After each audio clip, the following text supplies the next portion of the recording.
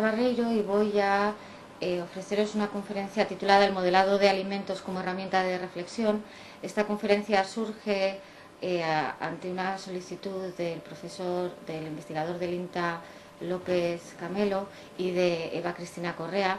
Quiero incluir en esta conferencia algunos de los detalles de los trabajos que hemos estado haciendo en los últimos tiempos, tanto en el laboratorio de propiedades físicas Tagralia como en un proyecto europeo que se titula Inside Food. En estos momentos yo me encuentro al cargo del laboratorio de propiedades físicas, aunque como todos sabemos el alma mater de este laboratorio es verdaderamente Margarita Ruiz Altisent. A la derecha vemos la imagen de una reunión inicial del proyecto Inside Food. Está dirigido por Bart Nicolai, profesor de la Universidad Católica de Lovaina, y yo creo que vamos a poder ir avanzando en esta conferencia revisando algunos de los aspectos más interesantes de cómo combinar una reflexión al hacer un modelado desde un punto de vista muy fundamental. Me gustaría empezar aludiendo a ese interés que tengo en utilizar los modelos como herramientas de reflexión, y por eso he seleccionado una cita de Juan de Mairena, y mi objetivo precisamente en esta conferencia es el que figura en la pantalla: repensar lo pensado, de saber lo sabido y dudar de nuestra propia duda, que es el único modo de empezar a creer en algo aplicado a la post cosecha y al desarrollo de instrumentos de medida de la calidad de forma no destructiva. Voy a empezar hablando de qué es un modelo. Y para hablar de qué es un modelo, puesto que entiendo que habrá personas de muy distinto entorno en esta conferencia, lo primero que se me ocurrió es hacer lo siguiente. Un modelo es simplemente una representación que entendemos simplificada. Pensé entonces, ¿qué puedo buscar como ejemplo? Entré en Google, busqué Mona Lisa y le di a la pestaña de imágenes. Y al darle a la pestaña de imágenes obtenemos todo lo que vemos aquí. Obtenemos el cuadro original, que es a su vez un modelo de una persona de la Gioconda, y luego obtenemos distintos modelos a su vez del modelo que fue el cuadro de la Gioconda, y cada uno de esos modelos se enfocan o bien a detalles muy generales de la escena, o bien están formados, como en la cuarta imagen, empezando en la parte superior izquierda, pues por pequeños retales. Eso quiere decir que hay distintos modelos para distintas zonas de la imagen y que cada uno de esos modelos es capaz de representar una parte del cuadro original. Hay casos en los que los modelos simplemente perfilan el fondo mientras que dan un detalle muy claro sobre la expresión, y hay otros que son mucho más conceptuales. Por tanto, la idea y el punto de partida de esta conferencia es que un modelo es una representación simplificada que puede ser física o puede realizarse en términos matemáticos, pero el modelado físico es con mucho muy anterior al modelado matemático. Quiero además hacer referencia a esta imagen, que también aparece en cuanto apretamos en Google Mona Lisa y buscamos las imágenes, como un collage que, como vemos, está desarrollado por un autor que se llama Juan, y podemos ver cómo el modelo puede enfocar solamente algunas partes del cuadro. Y esto también es muy importante, porque nosotros podemos utilizar modelos parciales o modelos globales, modelos que se enfoquen a un determinado aspecto de lo que queremos representar, o que se enfoquen a la generalidad. Entonces quiero, por tanto, insistir: un modelo es una forma de representación, puede ser física, puede ser matemática, puede ser global o puede ser parcial. Y cuando pensamos en alimentos, a mí me gustaría que pensáramos en que los alimentos pues también pueden ser reconstruidos con un proceso que en algunos casos se llama de ingeniería inversa. Hay todo un mundo que ahora mismo, que es la gastronomía molecular, y que utiliza conceptos muy científicos a la hora de desarrollar nuevos alimentos. En la imagen de la izquierda, esta es una imagen también obtenida simplemente de Google buscando modelos de alimentos, pero me interesa también traer a colación aquí la imagen de Luis de Funès en esta película de Muslo o Pechuga, que es una película que se grabó en los años 70. Yo la vi cuando tenía 10 años y me pareció algo histriónico, algo ridículo casi, porque entraba la raspa del pescado y le añadían la carne y acababa, les daban el color, le daban el toque final y al final salía el pescado completo, listo para comer. Un poco esa es en la idea de un modelado, de una ingeniería inversa de los alimentos, pues sería partir de componentes y ser capaz de construir la matriz compleja que es un alimento. Pienso que cualquiera que tenga ganas de disfrutar de una buena comedia con mucho fondo podría disfrutar de esta película. Y en el caso ya de los alimentos que nos ocupan, eso que en el año 70 era algo futurista y que nos parecía una locura, pues lo tenemos ya, porque realmente las angulas han sido modeladas de forma física a través de las gulas, reproduciendo la textura, el color, el sabor. Y es importante saber que un modelo no es el original, es una representación simplificada del original que en algún caso pasa a ser utilizada y consumida con tanto hábito que llega a olvidarse cuál era el modelo original. Claro, en el caso de la fruta fresca, este proceso, digamos, de modelado físico no existe como tal a este nivel de desarrollo, pero me gustaría plantear que hay mucho que la ingeniería de los alimentos puede aportar en esta forma de enfocar el análisis de los alimentos post cosecha. Por tanto, lo segundo, aparte de que un modelo es una representación de la realidad, lo segundo que me gustaría transmitir es que no se puede confundir modelo y realidad. Una cosa es una angula y otra cosa es una bula. Y los que desde pequeños pues todavía cogíamos en el río este tipo de pececillos, pues sabemos que el sabor es distinto y que el efecto, aunque muy parecido, es significativamente distinto. Aquí también he cogido varias imágenes que he ido rebuscando en internet y por eso he puesto las páginas web para que queden claras. Y un problema de confundir el modelo de la realidad es que si hay algún efecto que no ha quedado representado en ese modelo, pues realmente nosotros las conclusiones que vamos a extraer no van a ser representativas del contexto real y por eso y de ahí la necesidad de retomar el ir y volver del modelo a la realidad. Bien, otro aspecto que es muy importante es que hay que tener cuidado a la hora de modelar porque la reproducción de síntomas no quiere decir reproducción de causas. Me explico. Por ejemplo, en medicina, un modelo es ser capaz de reproducir una enfermedad. Típicamente, para poder probar un medicamento, se provoca la enfermedad, bien a nivel celular, bien a nivel de organismos vivos, cada vez más limitado a nivel de organismos vivos. En conejos puedes desestabilizar la rodilla de un conejo para provocar una artrosis y luego probar los medicamentos que pues, servirían para bien paliar los dolores o bien para recuperar la enfermedad. El problema podría ser que nosotros podríamos provocar unos síntomas que no se corresponden, que son iguales en dos tipos de enfermedades, pero que no responden a la misma causa. De la misma manera que una persona puede tener fiebre por haber sufrido una insolación o por tener una infección bacteriana. Por tanto, hay que tener mucho cuidado porque el hecho de que un modelo reproduzca una sintomatología en los frutos no quiere decir que sea plenamente acertado, quiere decir que hay que ponerlo a prueba desde otros puntos de vista para ver si siempre es capaz de verificar lo que nosotros estamos intentando demostrar. Entramos, por tanto, ahora en la idea ya del modelado matemático, que quizás es lo que más esperaba de mí en esta charla y conferencia. Y a mí me gustaría indicar pues, que deberíamos distinguir entre tres tipos de modelados, lo que se llama el modelado analítico, el modelado empírico, experimental y los modelos híbridos. En el modelado analítico nosotros vamos a hacer una representación basada en lo que se llama primeros principios. Es una terminología muy impresionante, pero lo que quiere decir es que vamos a tirar de leyes físicas muy bien reconocidas y muy bien comprobadas, como son la ley de conservación de la masa, la ley de conservación de la energía, la ley de conservación del momento. Si quisiéramos una lectura interesante, pues probablemente el carácter de la ley física, que es una de las conferencias que Richard Feynman dio y que están recogidas en un libro que se titula 7 piezas fáciles, sería interesante, porque ahí realmente nos indica que el significado de una ley física es una restricción.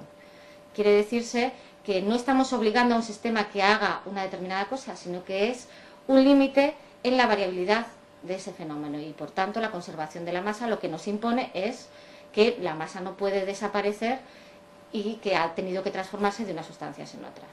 Bien, cuando hablamos de un modelo empírico la situación es totalmente distinta, porque nosotros partimos de unos datos, de una multitud de datos experimentales y utilizando curvas que tengan distintas funciones, lineales, sigmoides, exponenciales, logarítmicas, intentamos relacionar parámetros que sin explicar a priori cuál es la relación fundamental que existe entre ellos. Y he aquí que que los que hablan de modelos analíticos suelen hablar de data free, porque no tienen que tomar datos y eso les libera, y hay quien habla en los modelos empíricos model free, porque no tienen que tomar hipótesis prácticamente a priori. Ambos dos conceptos, si no se interrelacionan entre sí, son peligrosos, porque uno puede llegar a no saber muy bien si primero lo que modeliza tiene alguna relación con la realidad, en el primer caso, o si lo que dice tiene ningún sentido. Es lo que se llama la ciencia de las recetas de cocina. Yo veo que estos dos aspectos están correlacionados, pero puede ser una correlación espuria. En el caso de los modelos híbridos, nosotros generalmente tenemos unos modelos basados en primeros principios que determinan los procesos físico-químicos, y luego tenemos unas relaciones algebraicas, es decir, simplemente unas relaciones a través, llamamos algebraicas porque utilizan, por así decirlo, letras, y decimos y es igual a x más b, quiere decir que tenemos simplemente dos coeficientes, y decimos que, por ejemplo, el color está relacionado con la cantidad de quinonas que haya en un determinado producto. Pero es una relación algebraica y ahí ya no hay primeros principios, y por tanto un modelo mixto es aquel que mezcla ecuaciones diferenciales y luego nos permite utilizar ecuaciones algebraicas para expresar a partir de los componentes fundamentales los valores que nosotros en el fondo podemos medir, que al final son color, textura o algún tipo de proceso que veremos más adelante. Otro aspecto de los modelos híbridos es que nosotros podemos tener un modelo analítico muy complejo que no se puede resolver en tiempo real, porque la resolución del sistema de ecuaciones diferenciales exige demasiado tiempo. En ese caso, una estrategia híbrida, que no modelo híbrido, es utilizar el modelo analítico para generar todos los casos posibles, y por tanto es generar unas tablas de datos inmensas, y a partir de esas tablas de datos inmensas hacer un modelo de redes neuronales, que sería un modelo empírico totalmente, para que aprenda a reproducir las respuestas a partir de los datos de origen, sin tener ruido ninguno de fondo. Y de esa manera esa pequeña red neuronal, por ejemplo, poderla incluir en un controlador. Estos, por tanto, son los tres procesos que a mí me gustaría mencionar. Yo me voy a basar fundamentalmente en los primeros, porque como quiero utilizar el modelado como una herramienta de reflexión, pienso que es más adecuado. Por tanto, sin asustarnos, vamos a pasar ya a esa representación de la realidad de forma simplificada, teniendo cuidado para saber dónde están los límites del modelo y utilizando primeros principios. Y vamos a hablar de un modelado de sistemas, en el sentido de que el todo va a ser más que la suma de las partes. En este caso tenemos un modelo que es el famoso modelo de la arenosidad, que hemos venido trabajando desde el año 2002, y aquí lo que vemos es que hay definidos tres entornos diferentes en una célula, en una manzana, que sería la parte celular, la parte de los espacios intercelulares y el ambiente. Cada uno de estos recuadros supone un componente del sistema, cada una de las líneas con trazo continuo supone una relación entre esos distintos elementos del sistema. Cuando vemos esta forma de diábolo, entendemos que hay una válvula cuyo flujo puede ser regulado, y las líneas discontinuas indican cuál es la relación que existe entre ellos. De manera que esto es lo que se llamaría un modelo conceptual de un sistema, y la parte importante es que esta relación que existe entre los componentes es tan importante que nosotros no podemos estudiar la célula por separado de los espacios intercelulares, por separado del ambiente, porque hay relaciones entre ellos, y las propiedades que emergen de las relaciones entre estos sistemas son fundamentales para entender el comportamiento global. Veamos entonces cómo podríamos hacer un modelado de procesos bioquímicos. Y cuando yo envié el resumen de esta conferencia, comenté que podíamos llegar a utilizar o poder indicar cuáles serían los tipos de herramientas de simulación y de modelado informático que podríamos utilizar, como es el MATLAB. Bien, supongamos que queremos hacer el modelado de un proceso bioquímico en el que el sustrato A se transforma en el sustrato B, y utilizamos para ello una cinética de primer orden, que quiere decir que hay un sustrato, que en este caso es el A porque es el único, que es limitante, y que por tanto, como se acaba, va a producirse una variación no lineal de esa composición. Bueno, esto es lo que se llama una cinética de primer orden. Si elimináramos la letra A, es decir, si la variación del sustrato A con respecto al tiempo fuera igual a menos K, quiere decir que iría disminuyendo linealmente. Pero en el momento en que el sustrato A se convierte en limitante, pues la velocidad de reacción depende del sustrato disponible y por tanto se convierte en una relación de primer orden. Todo lo que se degrada de A se convierte en B. Es importante recordar que las ecuaciones químicas tienen una relación estequiométrica, es decir, mol a mol, y que por tanto nosotros tenemos, cuando establecemos esta ecuación química, estamos diciendo que un mol de A da un mol de B. Y lo que es más importante, no solamente hablamos en términos molares, sino que hablamos en términos de concentración molar, es decir, número de moles por litro de disolución. Claro, normalmente nosotros tenemos los componentes en una disolución y no cambiamos la cantidad de disolvente. Y al no cambiar la cantidad de disolvente, digamos que la concentración solamente depende de los componentes en sí. Pero puede haber casos, y veremos casos, en los que al cruzar procesos físicos y procesos bioquímicos, la cantidad de disolvente cambie, con lo cual podría cambiar la concentración, aunque no cambiara la cantidad, el número de moles original de esa sustancia. Y esto es importante. En este caso tan sencillo, nosotros hemos puesto una ecuación diferencial que tiene resolución analítica o exacta. Y, por tanto, nosotros lo que vamos al resolver esta ecuación diferencial, obtenemos que A es igual a A sub 0 por elevado a menos K por T, y por tanto tenemos un valor inicial que va decreciendo y tenemos un valor inicial del valor B, del sustrato B, del producto B, que va creciendo exponencialmente según se va degradando A. Este sería un ejemplo de la solución exacta. Este es un ejemplo de cómo se haría ese modelo en Simulink, y podemos, utilizando MATLAB, hacer el manejo de cálculo simbólico para que el propio programa nos resuelva estas ecuaciones diferenciales que, por otra parte, son inmediatas. Veamos ahora qué pasa si nosotros en esta ecuación tan simple que hemos puesto antes incluimos el concepto de la energía de activación según Arrhenius. Pues fijémonos que esta constante cinética pasa a ser función de una constante a una temperatura de referencia, a su vez por una exponencial que es función de la energía de activación partido por la constante de los gases perfecto y la diferencia que exista entre uno partido por la temperatura a la que estamos y uno partido por la temperatura de referencia.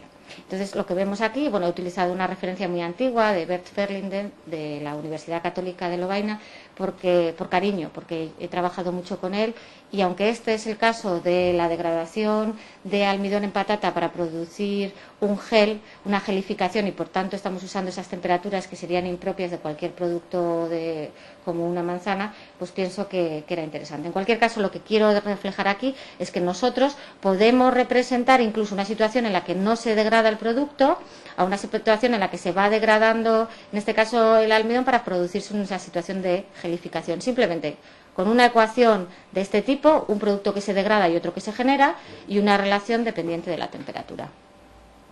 Veamos ahora cómo introducimos el concepto de reacciones enzimáticas, que son fundamentales en todo proceso bioquímico, porque nosotros sabemos que una enzima es una sustancia que modifica la velocidad de la reacción, pero que no se consume en esa reacción. Por eso, cuando nosotros hablamos de un catalizador, decimos que una enzima con un sustrato da ese mismo enzima con el producto, porque nosotros no hemos agotado el enzima, simplemente necesitamos la presencia de esa enzima. Por tanto, a la hora de establecer las ecuaciones diferenciales que gobiernan esta ecuación que hemos expresado aquí, lo único que tenemos que tener en cuenta es que si queremos modelizar la degradación del sustrato como la derivada de la concentración del sustrato con respecto al tiempo, si el sustrato es un limitante, pondremos que eso es igual a K por S, igual que habíamos hecho antes, pero si además el enzima es un limitante, pondremos K por S y por el enzima, la concentración de enzima, en lo que sería una reacción de segundo orden. Por tanto, la forma de expresar cómo influye una enzima en una reacción química es ponerlo tanto a la izquierda como a la derecha.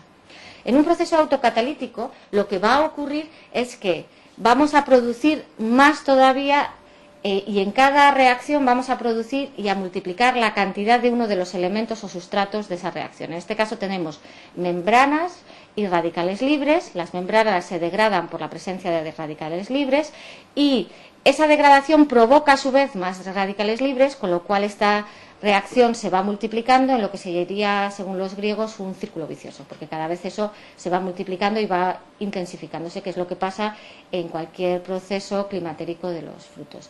También podemos hablar de una situación de activación. Podemos tener una enzima que está inactivo y que en presencia de un sustrato pasa a estar activado. ¿Qué es lo que quiero señalar aquí? Que cada una de estas ecuaciones estequiométricas nos permiten ser modeladas en el tiempo como ecuaciones diferenciales, y luego, si queremos saber la cantidad de un sustrato total, pues lo único que tenemos que ver es cómo se degrada en un caso y cómo se genera en otro, e irlo añadiendo como términos de esa ecuación. En este caso concreto he añadido aquí un artículo de Bobelin en 2006 que está dirigido por Martin Hertog y que me parece especialmente interesante porque explica con todo detalle, con todo lujo de detalles, cómo es el proceso en champiñones de maduración y de producción del color en los champiñones, utilizando distintas reacciones enzimáticas. Y lo que hace, en último término, y esta es otra de las partes interesantes de este artículo, es comparar el modelo cinético de primer orden con un modelo sigmoide, un modelo empírico totalmente, en el que simplemente nosotros buscamos la relación que existe entre el tiempo y el color, utilizando una forma sigmoide y ajustando los parámetros de esa sigmoide. Por tanto, las formas de trabajar como modelado empírico y modelado analítico fundamental no son, digamos, antagónicas, pueden ayudarnos a entender hasta qué punto pues una explica más o menos que la otra y cuál es el margen de maniobra en la nueva definición del modelo para poder reproducir las cosas que nos interesan. Evidentemente, cuando ya tenemos rutas metabólicas, el número de ecuaciones diferenciales se multiplica y los términos de esas ecuaciones diferenciales también se multiplican, con lo cual dejamos de tener posibilidad de hacer una resolución analítica o exacta y entonces tenemos que recurrir a métodos numéricos. Por ejemplo, MATLAB dispone de sistemas para la resolución de ecuaciones diferenciales, lo que se llaman ODEs, Ordinary Differential Equations, y tiene funciones que nos permite, por un lado, definir la lista de ecuaciones de una forma muy intuitiva matemáticamente y luego resolverlas. También lo podemos hacer en Simulink, aunque el formato de Simulink, que es un lenguaje orientado a objetos, es mucho más farragoso de entender. Es más intuitivo para empezar a trabajar, pero enseguida complica demasiado el aspecto. He elegido en este caso varios artículos para indicar que utilizando los datos que hay en la bibliografía se puede coger casi uno de cada 4 artículos y reproducir los modelos que vienen en ese artículo para ver si poner a prueba que estamos entendiendo cuáles son los procesos. Hablemos ahora ya no de procesos bioquímicos, es decir, de degradaciones químicas o de formación de sustancias catalizadas o no por enzimas, y hablemos de procesos físicos. Y recuerdo que proceso físico es aquel que no modifica la naturaleza intrínseca de la sustancia. Proceso físico, por ejemplo, es el cambio de temperatura. Proceso físico es también la difusión de una sustancia en el interior de un cuerpo tridimensional. En este caso he planteado lo que es una cámara frigorífica y aquí tenemos la variación de la temperatura en el tiempo igual a la constante de transferencia de masa por la superficie, por la diferencia de temperatura entre el producto y el medio y necesitamos conocer, por supuesto, la densidad, el volumen y el calor específico para poder determinar cómo va a variar la temperatura de un producto en el tiempo. Este sería el modelo en Simulink, que lo único que nos está diciendo, aquí tenemos las variables densidad, velocidad y ahora mismo no lo veo, calor específico, y vemos que simplemente estos son operadores. Esto es un producto, aquí hay una división y un producto, y lo que estamos reproduciendo es esta ecuación tan compacta en un modelo como este. Como podemos ver, esto es más farragoso, pero quizás es más intuitivo a la hora de construirlo, porque realmente vas arrastrando elementos sobre una pantalla. Esta sería la expresión de ese cambio de temperatura en el producto. La ventaja de un sistema como Simulink es que podemos de forma muy sencilla introducir fluctuaciones internas o cualquier tipo de fenómeno de variación temporal, cambios en escalón en la temperatura y para cualquier tipo de variable que está en la frontera de nuestro modelo provocar variaciones de forma muy sencilla. A la hora de estudiar la dinámica de la pérdida de agua como proceso físico en producto inerte, yo he querido traer a colación este aspecto, galletas y magdalenas como concepto, como una imagen de un producto inerte en el sentido de que no estaría cambiando químicamente o prácticamente no estaría cambiando químicamente en su interior, pero que sí que podría estar cambiando mucho en su contenido en agua. Y lo quiero comparar pues con la pérdida de agua que se podría producir en un producto como es la manzana. Para poder estudiar este proceso físico de intercambio de agua con el ambiente, hay varios aspectos que tenemos que introducir. El primero es el de la psicometría del aire y el segundo es el concepto de potencial de agua. En esta parte que tenemos aquí abajo vemos la reproducción del diagrama psicométrico del aire con distintos sensores en cámaras de frigoríficas. En abscisas tenemos la temperatura del aire, en ordenadas la humedad absoluta.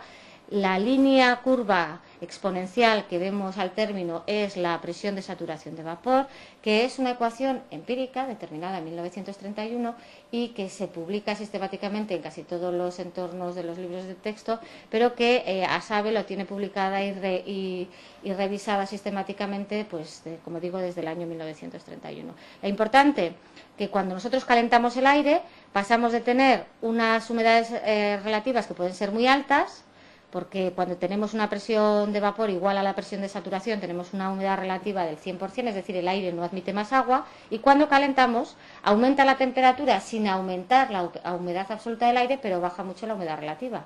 Y esto es fundamental porque la succión que realiza el aire para extraer humedad de los distintos productos va a venir determinada por esa humedad relativa. De hecho, va a venir determinada por un potencial de succión del ambiente que va a ser el neperiano de la humedad relativa en tanto por uno. Y por tanto es una función que aumenta exponencialmente. Cuanto menor es la humedad relativa, aumenta exponencialmente la presión de succión del aire.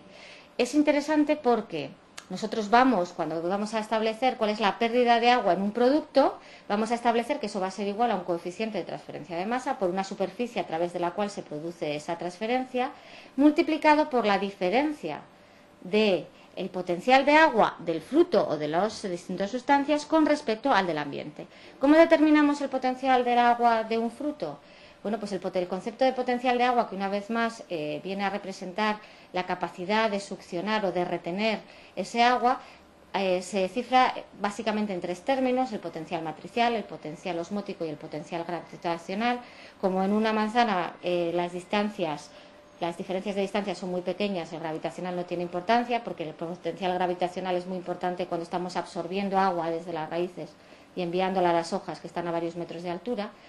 En el caso de las manzanas, por tanto, tenemos osmótico y matricial. El potencial matricial es un poco el que viene a representar las galletas y las magdalenas. En este caso no estamos pensando tanto en la concentración de azúcar que habría en esa matriz, sino el tamaño de poro que tiene esa matriz y cómo eso determina la succión. Y hay un libro que es muy interesante que se titula Cómo mojar una galleta, que nos explica perfectamente cuáles son los mecanismos por los cuales los procesos físicos de capilaridad y de difusión que determinan cómo se rompe una galleta. Hubiera seguido hablando de este tema, pero me da la sensación de que voy mal de tiempo, así es que voy a seguir un poco adelante. Una vez que intentamos combinar procesos físicos y procesos bioquímicos, nos encontramos con lo siguiente. Y es que, en este caso, y vuelvo otra vez al ejemplo de la arenosidad, tenemos el interior de la manzana, los espacios intercelulares y el ambiente. Y aquí nos encontramos con que el agua sí se degrada. Entonces, mucho cuidado, porque el agua sí que puede transitar de un espacio a otro. Eso hace que, fíjense, aquí tenemos unas reacciones bioquímicas, que es la conversión del almidón en hexosa. El almidón se degrada en hexosa con una ecuación de primer orden, de ahí que exista esta relación. Es una relación de primer orden, es decir, la derivada del almidón con respecto al tiempo es igual a menos K por la propia cantidad de almidón, porque el almidón llega a desaparecer. No así la hexosa debería tener una relación de primer orden en su oxidación, en su respiración para producir CO2 y agua, porque el azúcar nunca se llega a degradar en los frutos hasta desaparecer completamente. Por tanto, cuando nosotros hablamos del proceso de degradación del azúcar en una manzana o en una pera, normalmente diríamos que es función de una constante cinética, y en tal caso el único factor limitante sería el oxígeno, que llegaría a dar condiciones de anoxia. Pero lo importante en este modelo es que, como el agua sí puede pasar de un entorno a otro, las concentraciones de las sustancias varían, y al variar las concentraciones varían las velocidades. Por ejemplo, si yo dejo que el agua escape de dentro de la célula fuera de la célula, la concentración de almidón aumenta y la velocidad con la que se degradaría el almidón aumenta. Y este es un aspecto muy importante que no podría ser reflejado en un proceso bioquímico aislado. El añadir el paso de agua a las zonas de espacios intercelulares y al exterior es lo que hace que esta reacción bioquímica no pueda ser interpretada de forma aislada. Aquí vemos algunas de las ecuaciones y de los modelos que representábamos, entre los que estaba la pérdida de crujientez, la pérdida de dureza y la pérdida de agua en el fruto. Aquí pérdidas, aquí ganancias. Vale. Ahora hablemos un poco del modelado espacio-temporal.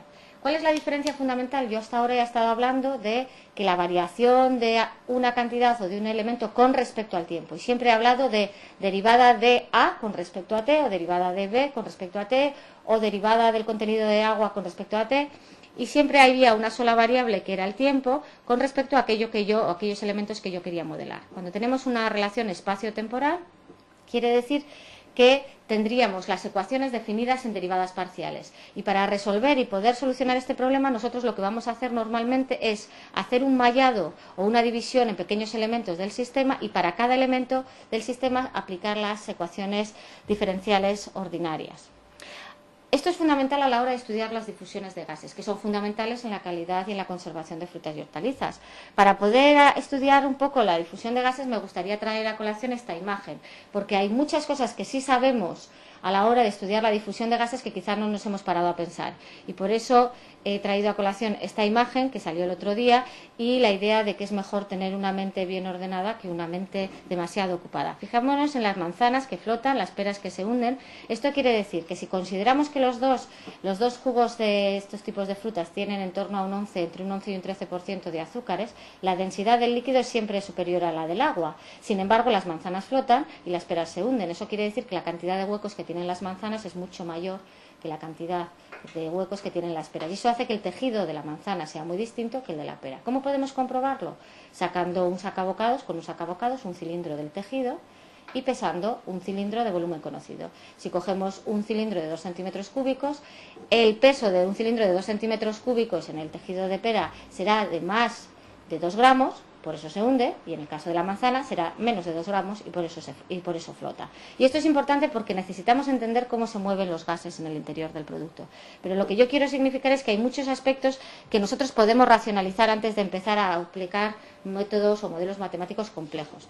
Evidentemente, si nosotros queremos dividir el espacio en elementos que vamos a denominar finitos o volúmenes finitos, necesitamos un sistema que nos permita hacer el mallado, y el sistema de mallado es fundamental a la hora de hacer los modelados, que pueden ser en 2 dimensiones, en 3 dimensiones. Nosotros dentro del proyecto Inside Food utilizamos, hay una empresa que desarrolla software tridimensional, que es Aviso, y que nos permite intentar hacer distintos tipos de mallado.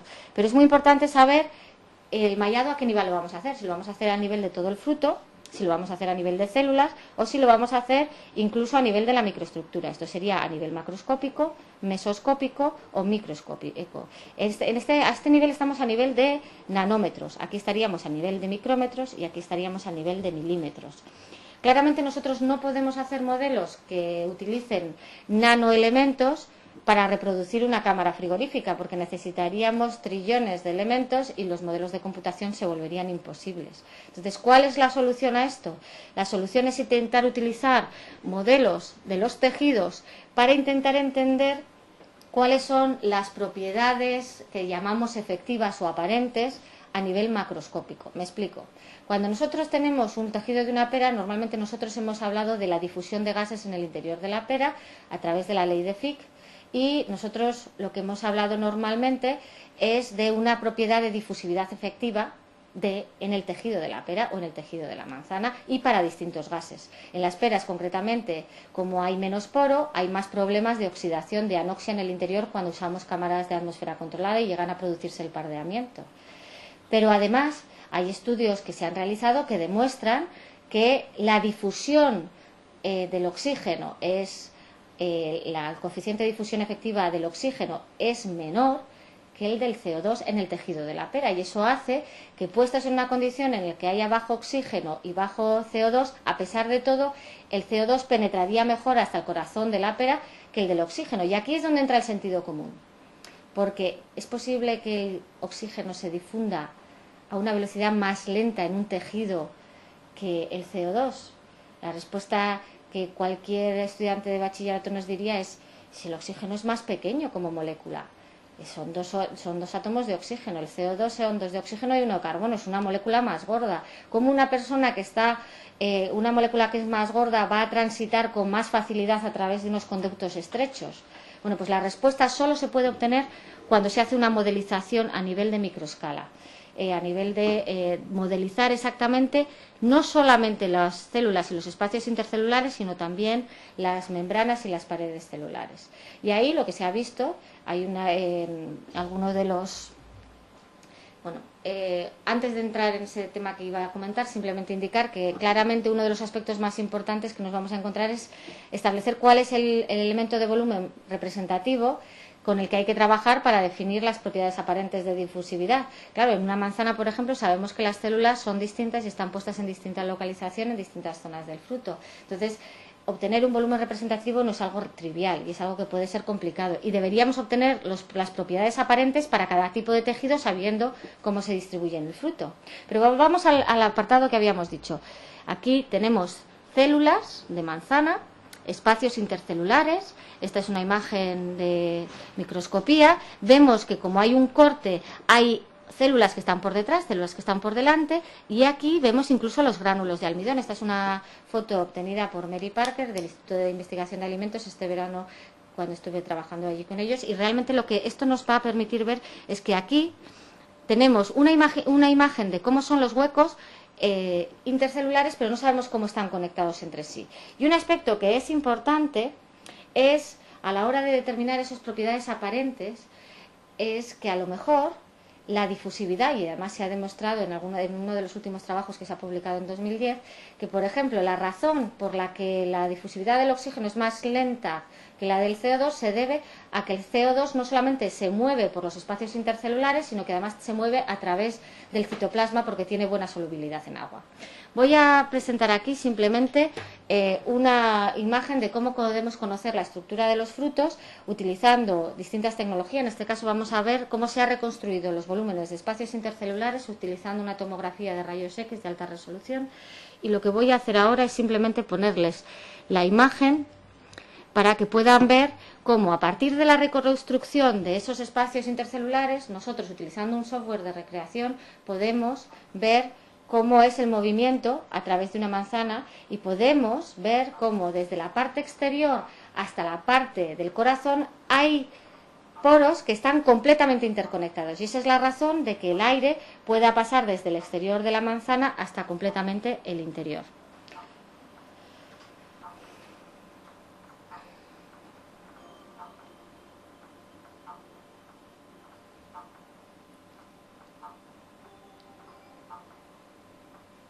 Esta es una imagen que se ha sido reconstruida en la Universidad Católica de Lovaina, como decía, en el marco del proyecto europeo Inside Food. Y lo que vemos aquí es cómo es la reconstrucción tridimensional de los poros intercelulares y cómo están conectados entre sí hasta llegar completamente al centro. Este conocimiento es fundamental a la hora de hacer simulaciones, lo que ellos llaman simulaciones in silico, es decir, en el ordenador para determinar las propiedades aparentes de los tejidos y una vez que conocemos las propiedades aparentes de los tejidos, poder hacer modelos macroscópicos.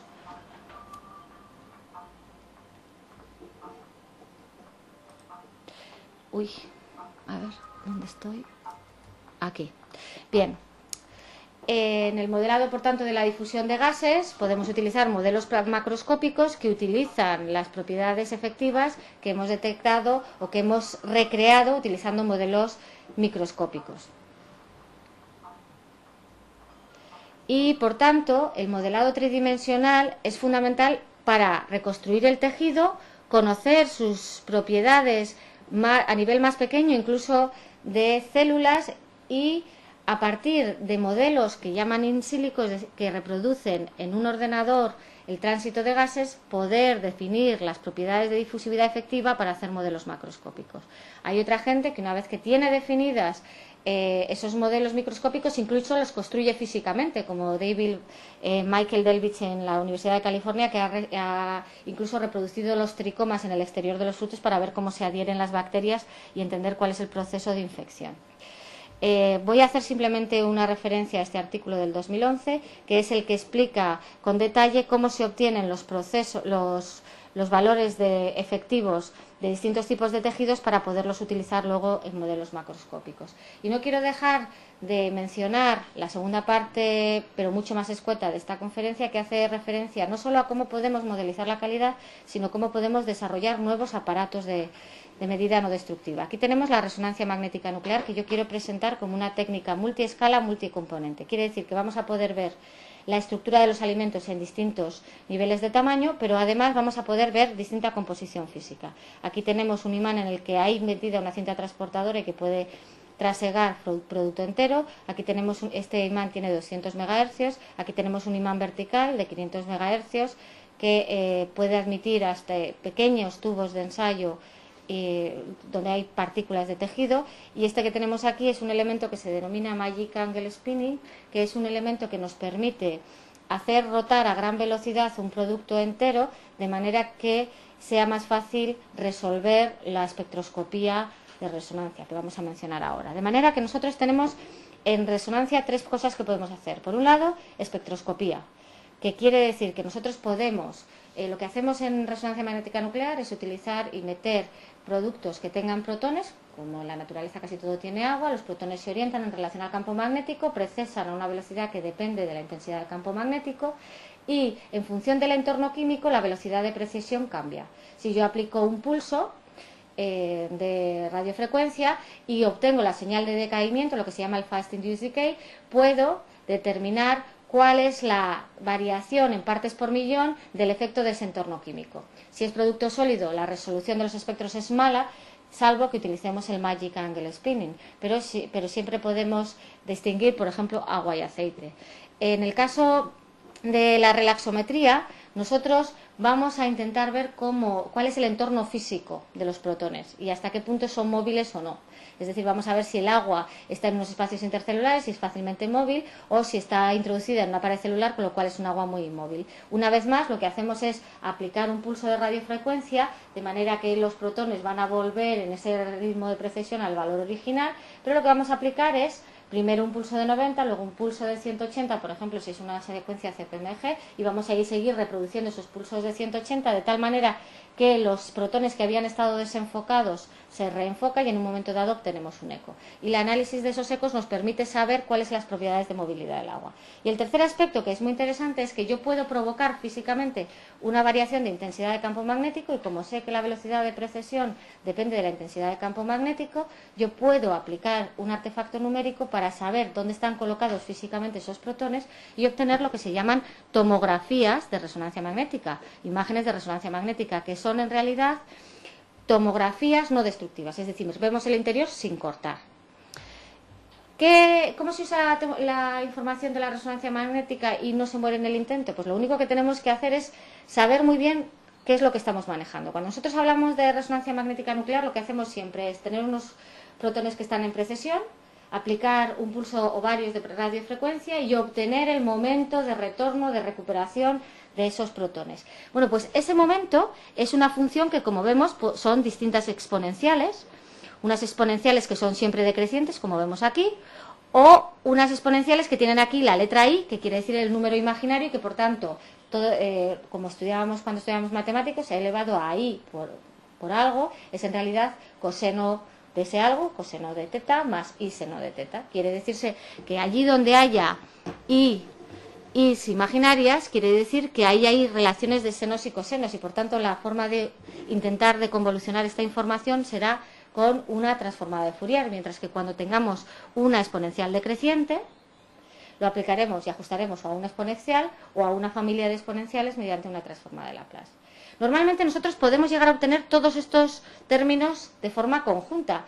Digamos, el criterio radica en ser capaz de aplicar secuencias que fundamentalmente den más peso a unos que a otros. Si aplicamos una secuencia de relaxometría, lo que vamos a hacer es potenciar la relajación en T2.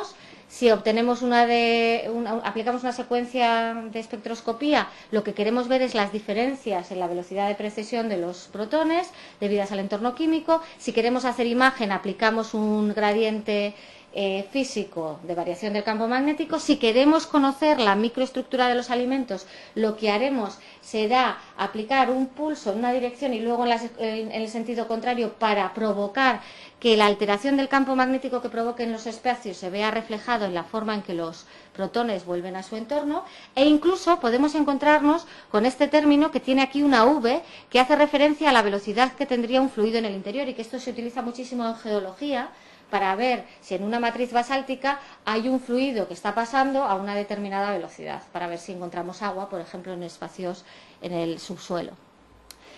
Aquí vemos ejemplos distintos de espectroscopías, imágenes en 2 dimensiones, imágenes en 3 dimensiones, obtenidas simplemente a partir de la información, del procesado de esa información en el tiempo, aplicando las transformaciones convenientes, es decir, transformadas e inversas de Laplace, transformadas e inversas de Fourier. Y aquí vemos un caso en el que a partir de la tomografía se ha decidido a posteriori cortar la manzana y hacer análisis con la espectroscopía de alta resolución, que es la que llamamos Magic Angle Spinning, que hace referencia a la posibilidad de obtener muy alta resolución en los espectros. Por tanto, la resonancia magnética es una técnica multiescala que nosotros podemos utilizar en 2 o en 3 dimensiones, que podemos utilizar para obtener una relajación de la señal y obtener distintos tipos de información. Podemos obtener a partir de una zona concreta, de una imagen en la que tenemos muchas capas con distintos tiempos de eco, aplicar un proceso cada vez más complejo de análisis de datos para obtener a nivel regional distintos tipos de movilidades. En este caso, en esta región roja, hay distintos tipos de movilidades de agua, pero también lo podríamos hacer a nivel subpíxel, y esa es la gracia que tiene esta tecnología, que nos permite llegar a muy distintas posibilidades. Esta es una imagen, esta es una secuencia de 2 dimensiones que nos permite diferenciar en abscisas distinto tamaño de poro y en ordenada distinta movilidad de agua. Por tanto, es una técnica multiescala. No voy a ahondar en estos detalles porque veo que me he pasado con creces del tiempo que tenía asignado. Me gustaría concluir diciendo que el conocimiento teórico actual y las herramientas de modelado permiten a usuarios, incluso con limitados conocimientos de programación, afrontar modelos complejos y diseñar nuevos equipos instrumentales basándose en una respuesta modelada. La pregunta es si se van a animar para hacerlo. Y como última recomendación, yo diría que uno de los consejos más importantes que les puedo dar es que lean con una variedad suficiente y que piensen con suficiente amplitud de miras. Quiero hacer referencia aquí al blog de literatura que tiene nuestra universidad, que está auspiciado por el Servicio de Asistencia a la Teleeducación, que es el que está permitiendo esta misma grabación, y a los que quiero también dar las gracias. Y con esto doy por terminado esta conferencia. Me hubiera gustado estar con ustedes y espero que podré estar de forma telefónica en el turno de preguntas. Muchas gracias.